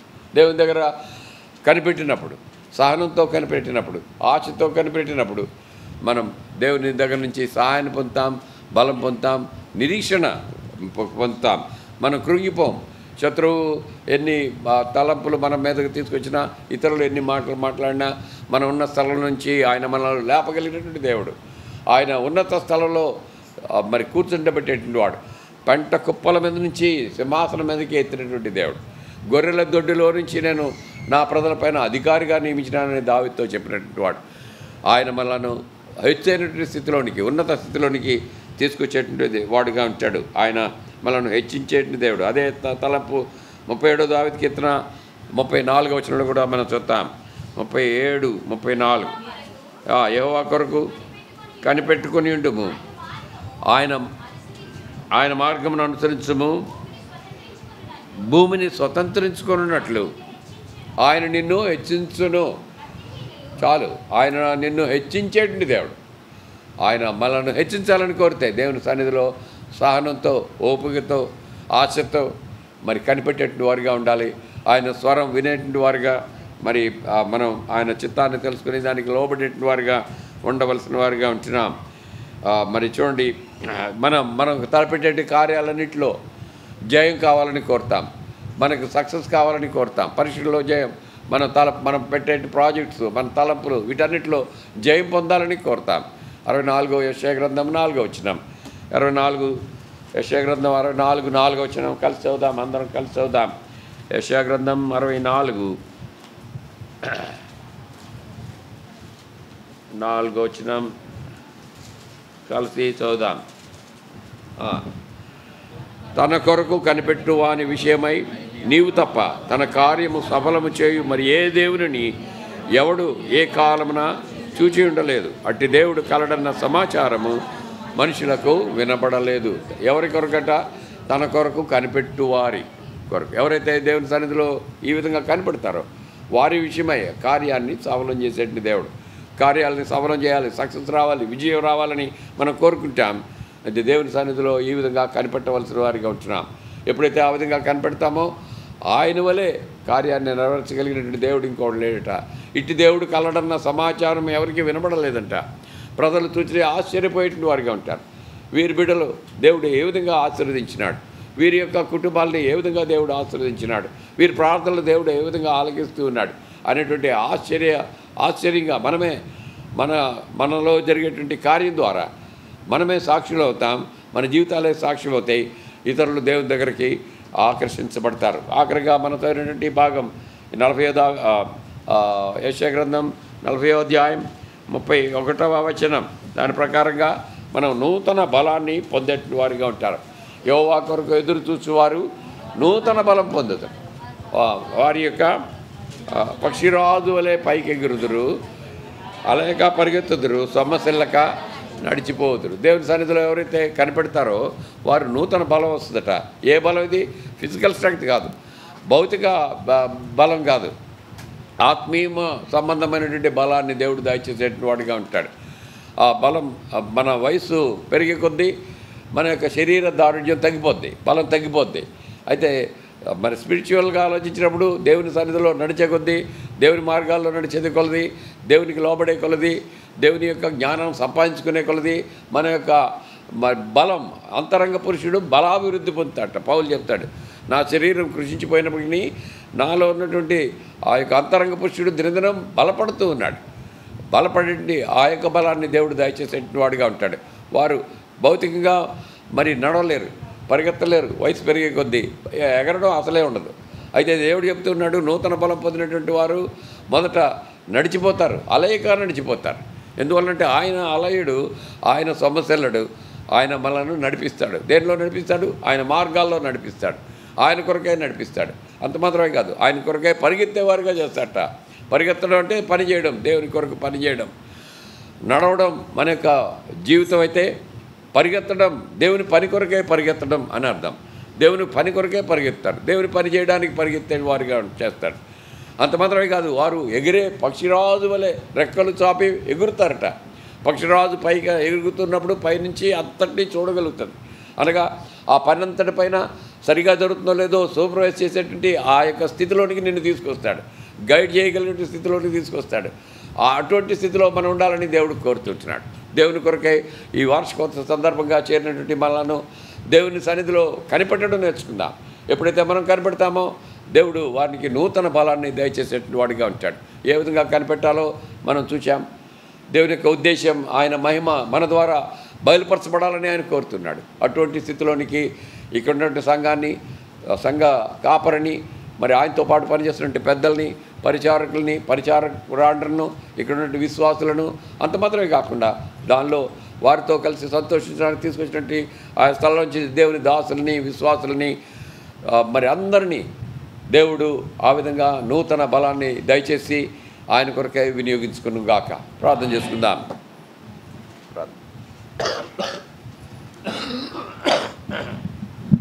ప్రార్థన దయచేసి రండి. దయగలిగిన మా తండ్రి, మీ పాదాలకి వందనాలు, స్తుతులు, స్తోత్రాలు చెల్లించుకుంటూ కృతజ్ఞత కలిగినటువంటి వాళ్ళంగా మీ పాదాల దగ్గరకు వచ్చాం. మీరు మమ్మల్ని జ్ఞాపకం చేసుకున్నందుకు మీ పాదాలకి వందనాలు. ఇక్కడ ఉన్నటువంటి సంఘాన్ని మమ్మల్ని మీరు ప్రేమించి మాకు అవసరమైనటువంటి వర్తమానాన్ని మీకు దాసుల ద్వారా మాకు ఇప్పించినందుకు వందనాలు చెల్లించుకుంటున్నాం. నా తండ్రి, మేము నూతనమైనటువంటి బలాన్ని కలిగినటువంటి వాళ్ళంగా నూతనమైనటువంటి కార్యాలు ముందున్నటువంటి దినాలు చేయవలసినటువంటి బాధ్యత మా మీద ఉన్నది అని గుర్తు ఎరిగినటువంటి వారంగా పక్షిరాజుకు కలిగినటువంటి యవ్వనాన్ని మేము కూడా కలిగి ముందుకు వెళ్ళాలి అంటే ఏ రీతిగా ప్రభు దగ్గర కనిపెట్టాలో అన్నటువంటి మాటలు ఆయా రీతిలుగా ఆయా నా తండ్రి భాగాల నుంచి మీరు మాకు వినిపింపజేసినందుకు వందనాలు. సహాయం దయచేయండి, మమ్మల్ని జ్ఞాపకం చేసుకోనండి, మమ్మల్ని కనికరించండి, మీ కృప మా మీద చూపించండి. కనిపెట్టే స్వభావం లేక అనేకమైన సందర్భాల్లో మేము నష్టాన్ని మేము తెచ్చుకుంటున్నాం. మాకు నష్టం వద్దు ప్రభువా. నా తండ్రి, మేము దీవించబడేటువంటి జనాంగం కనుక నా తండ్రి మమ్మల్ని జ్ఞాపకం చేసుకోనండి. మా ప్రభు పాదాలే మాకు శరణ్యం. ఆయన పాదాల దగ్గరుండి ఆయన యొక్క నా తండ్రి ఆశీర్వచనం కొరకై మేము కనిపెట్టుకుని ఉండేలాగా జ్ఞాపకం చేసుకోనండి. ఈ యొక్క దీన సంఘాన్ని నా తండ్రి మీరు జ్ఞాపకం చేసుకొని మీ కృప చూపించండి. ప్రతి వారి యొక్క అవసరం మీరు తీర్చండి. ముందున్నటువంటి దినాల్లో నా ప్రభా నా తండ్రి కనిపెట్టుకుంటూ ఏ రీతిగా ప్రభు కొరకు గొప్ప కార్యాలు చేసుకుంటూ ముందుకు వెళ్ళాలో అన్నటువంటి తీర్మానాల మీద నా తండ్రి వీళ్ళందరూ నడుచుకుని ముందుకు వెళ్ళడానికి కృప చూపించండి. స్థానిక సంఘ నా తండ్రి సంఘ కాపరైనటువంటి సల్మాన్ రాజు గారు, ఆయనతో పాటు ఉన్నటువంటి కొంతమంది పెద్దలు, ఆయన కుటుంబ సభ్యులు, పరిచారకురాండ్రు, వాళ్ళందరిని బట్టి మీకు వందనాలు. నా తండ్రి వారికి తగినటువంటి వర్తమానం ఇవ్వబడింది కనుక నా తండ్రి ప్రతి విషయంలోనూ నా తండ్రి కనిపెట్టుకుని ఉంటూ నా తండ్రి ముందుకు సాగిపోవాలి. కృప చూపించి సహాయం దయచేయండి. దయగలిగినటువంటి మా తండ్రి మరి మిగిలినటువంటి సమయం మాకు తోడుగా ఉంచండి. మీరు ప్రేమించి ఆయా ప్రాంతాల నుంచి మీరు తీసుకొచ్చారు. కత్తూరు ప్రాంతాల నుంచి మీరు తీసుకుని వచ్చినటువంటి బిడ్డలను బట్టి కూడా మీకు వందనాలు. వేపగుంట నుంచి మీరు తీసుకుని వచ్చినటువంటి బిడ్డలు బట్టి వందనాలు చెల్లించుకుంటున్నాం. అదేవిధంగా నా ప్రభా మరి రైవాడ నుంచి మీరు తీసుకుని వచ్చినటువంటి బిడ్డలను బట్టి కూడా మీకు వందనాలు చెల్లించుకుంటున్నాం. నా తండ్రి పెందుర్తి నుంచి మీరు తీసుకుని వచ్చినటువంటి బిడ్డలను బట్టి కూడా మీకు వందనాలు చెల్లించుకుంటున్నాం. ఇంకా నా తండ్రి కొత్త వాళ్ళు చాలామంది వచ్చారు, వారిని బట్టి కూడా మీకు వందనాలు. ఆరిలో నుంచి మీ యొక్క సేవకులు మా తండ్రి మీ యొక్క వాళ్ళందరూ కూడా మా మధ్యకి మీరు తీసుకుని వచ్చినందుకు మీ పాదాలకి వందనాలు చెల్లించుకుంటున్నాం. ఇవన్నీ నా తండ్రి యేసు ప్రభు యొక్క రక్తం ద్వారా మీరు మాకు ఇచ్చినటువంటి యొక్క సంఘ సహవాసం. నా తండ్రి మరి మీరు చెప్పినటువంటి మాటలు నా తండ్రి ఎంత మంచి మాటలు నా తండ్రి నా తండ్రి మరి 4:42 అపోస్తుల కార్యాలు, అపోస్తుల బోధ, సంఘ సహవాసం, రొట్టె విరుచుట, ప్రార్థనల యందు మేము ఎడతెగక ఉండాలన్నటువంటి మాటకు నిదర్శనంగా మమ్మల్ని అందరినీ ఈ రీతికి మీరు బలపరిచి మీరు తీసుకొని వచ్చారు. దాన్ని బట్టి మీకు వందనాలు, స్తుతులు, స్తోత్రాలు చెల్లించుకుంటున్నాం. నా తండ్రి సీయోను ప్రార్థన మందిరం నుంచి కూడా మేము కొంతమంది వచ్చాము. అక్కడ ఉన్నటువంటి సేవకుడు, అదేవిధంగా మా తండ్రి పెద్దలము మేమందరం కూడా కలిసి ఈ యొక్క సంఘాన్ని, ఈ యొక్క ప్రాంతంలో ఉన్నటువంటి సంఘస్థులందరినీ కూడా నా తండ్రి ఎంకరేజ్ అంటే ప్రోత్సాహపరిచే నిమిత్తమై మేము రావటం జరిగింది. దాన్ని బట్టి కూడా మీకు వందనాలు. మేమందరం మెట్టుకున్న ప్రభా మీ చేత నా తండ్రి కడగబడినటువంటి, మీ చేత కొనబడినటువంటి, మీ చేత పిలువబడినటువంటి, మీ కొరకై వాడబడేటువంటి మేము పాత్రలను ఒప్పుకుంటున్నాం. మేమందరం సమానమే, ఒకళ్ళు గొప్ప ఒకళ్ళు తక్కువ అని లేరు. కనుక మమ్మల్ని అందరినీ మీ పాదాల దగ్గర పడవేసుకుంటూ మీరు చేసినటువంటి కార్యాలను బట్టి మీకు వందనాలు చెల్లించుకొని మిగిలినటువంటి సమయం మాకు దీవెనకరంగాను ఆశీర్వాదకరంగాను నా తండ్రి నా తండ్రి మరి ఆశీర్వాదకరంగా ఉండేలాగా మీరే కృప చూపించవలసిందిగా నా తండ్రి ఇప్పటివరకు మీ సన్నిధి ఉంది. ముందున్న సమయంలో కూడా మీ సన్నిధి మాతో ఉంచి నడిపించి మహిమ పొందవలసిందిగా మనం చేస్తూ యేసు నామమున స్తుతించి ప్రార్థించి బ్రతిమలాడి వేడుకొంచున్నాం తండ్రి. ఆమేన్. ప్రకటనలు గమనించండి. ఆశీర్వాదం ముందు ప్రకటనలు తీసుకున్నాం. ప్రత్యేకంగా ఈ నెల 21, 22, 23 తేదీల్లో సోదరుడు జేసీ రావు గారు మన మధ్యలో ఉంటారు. అందువలన ఇసుక తోట సంఘంలో 21వ తారీఖు సాయంత్రం 22 దినమంతా ప్రత్యేక కూడిక ఏర్పాటు చేసినాం. 23 ఆదివారం కాబట్టి ఆదివారం అక్కడ ఆరాధనలో అక్కడ ఆయన పరిచయం చేస్తాడు. కాబట్టి మీరందరూ 21 సాయంకాలం రాగలిగిన వాళ్ళు 21 సాయంత్రం, 22 అయితే తప్పకుండా అందరూ అన్ని సంఘాల నుంచి విశ్వాసులు, అక్కడ పనిచేసేటువంటి వాళ్ళు, పరిచారకులు అందరూ అక్కడ ఉండాలని మనం చేస్తుంటున్నాం. ప్రత్యేకమైన కూడికలు కలిగి ఉంటాం. మరి ఆయన సీనియర్ గాడ్ సర్వెంట్ మంచి వాక్యాన్ని ఇస్తాడు. కాబట్టి దయచేసి అందరూ రావడానికి ప్రయత్నించండి. ఈ ఏప్రిల్ నెలలో VBS కలిగి ఉంటాం. అది టెంటేటివ్గా 26వ తేదీ నుంచి, అంటే ఆఖరి వారం అనుకుంటాను, ఆఖరి 28 నుంచి VBS కలిగి ఉండడానికి ప్రార్థన చేస్తుంటున్నాం. ఇప్పటి నుంచి మీరు కూడా ప్రార్థన చేయండి, పిల్లల్ని సిద్ధపరచండి, పంపించండి. కత్తూరులో ఆ వారం అయిన తర్వాత నెక్స్ట్ వారంలో మరి కత్తూరులో కూడా VBS జరుగుతుంది. ఈ నెలలో ఏప్రిల్ నెలలో జరిగేటువంటి మార్చిలో ఏప్రిల్లో జరిగేటువంటి ఈ పరిచర్యలు జ్ఞాపకం చేసుకోవడానికి 29ని ఈ నెల 29 కదా, 29 శనివారం మరి సువార్త పరిచర్య పెందుర్తి సంఘాన్ని అనుసరించి అక్కడ గ్రామాల్లో దాదాపు 10 గ్రామాలు ఎంపిక చేసినారు, ప్రార్థన చేస్తూ ఉన్నారు. ఆ గ్రామాల్లో సువార్త కొరకే సంఘంగా ఇసుకతోటి నుంచి వెళ్తాం. మరి మీరులో కూడా ఎవరైతే ఆయా సంఘాల నుంచి పాల్గొనాలని అనుకుంటున్నారో దయచేసి మీరు వచ్చి వారితో కలిసి పరిచయం చేయొచ్చు. అక్కడ గ్రూప్స్గా విడదీసి ఆయా గ్రామాలకు పంపిస్తారు. ఆ రకంగా అందరం కలిసి ఆ యొక్క సువార్త పరిచర్య మనం చేద్దాం 29వ తేదీన. దాని కొరకే ప్రార్థన చేయండి. ప్రతి ఆటంకాన్ని దేవుడు తొలగించినట్లుగా, వాతావరణం సరిగా ఉండినట్లుగా, ప్రతి వ్యతిరేకత రాకుండా మరి ఉండినట్లుగా ఆ సమయం మరి మనం దేవుని యొక్క సాక్షులుగా ప్రతినిధులుగా ఉంటాం కాబట్టి మన ద్వారా దేవుని నామం అవమానపరచబడకూడదు, కానీ దేవుని నామం మహిమ బయలుపరచబడాలి. కొన్ని ఆత్మలైనా రక్షించబడాలి. అదే ఉద్దేశంతో మనం వెళ్దాం, పాల్గొందాం. తర్వాత ఇంకొక ఈ సంఘానికి తెలియజేయవలసినటువంటి అంశం ఏదైతే ఉందంటే, మేము మరి పెద్దలుగా ప్రార్థించినప్పుడు ఈ సంఘంలో ఎల్డర్స్గా ఎవరున్నారండి ఇప్పటి వరకు? సాల్మన్ రాజు గారు సేవకుడిగా ఉన్నారు. ఎల్డర్స్గా లాజరు, ఇంకెవరు? ఒకడేనా? సంతోష్ బాబుని అనౌన్స్ చేయలేదు కదా? లాజర్ ఒక్కరే ఎల్డర్గా ఉన్నారు, పెద్దలుగా నియమించబడినాడు పెద్దగా. కాబట్టి ఆయనతో పాటుగా జాషువా దాస్ కూడా అన్ని పనులు చేస్తున్నాడు. కాబట్టి జాషువా దాస్ను కూడా పెద్దగా మరి ఏర్పాటు చేసి అనౌన్స్ చేయాలని తీర్మానం చేసినా మీరు కూడా ప్రార్థించండి. తగిన కాలమందు మరి ఒక మీటింగ్లో దాన్ని మనం జరిగిస్తాం. మీ అభ్యంతరాలు ఏమైనా ఉన్నట్లయితే మరి తెలియజేయాలి. ఆయన ఉండడానికి పనికిరాడు, ఈ కారణాల వల్ల పెద్దగా ఉండకూడదు అనేటువంటి మరి తలంపు మీకు కలిగి ఉంటే దాన్ని మాకు తెలియజేయండి. లేనట్లయితే అందరికీ సమ్మతమైతే మరి తగిన కాలం ముందు దేవుడు చూపించిన రీతిగా మరి ఒక సమయంలో తగిన కాలంలో ఆయన్ను పెద్దగా నియమిస్తాం. ఆయన లాజర్తో పాటు పెద్దగా నియమించబడతాడు. సంతోష్ బాబును తర్వాత నియమిస్తాం. ఇప్పుడు ఈ ఆయన పరిచారకుడిగా వాడబడుతున్నాడు, కానీ పెద్దగా నియమించబడలేదు. తర్వాత ఇంకా అనౌన్స్మెంట్స్ ఏమైనా ఉంటే సంఘ తరపున సాల్మన్ రాజు గారు వచ్చి అనౌన్స్ చేస్తారు. తర్వాత ఆశీర్వాదంతో ముగించుకుందాం. అనౌన్స్మెంట్స్ చెప్పండి రామారావు.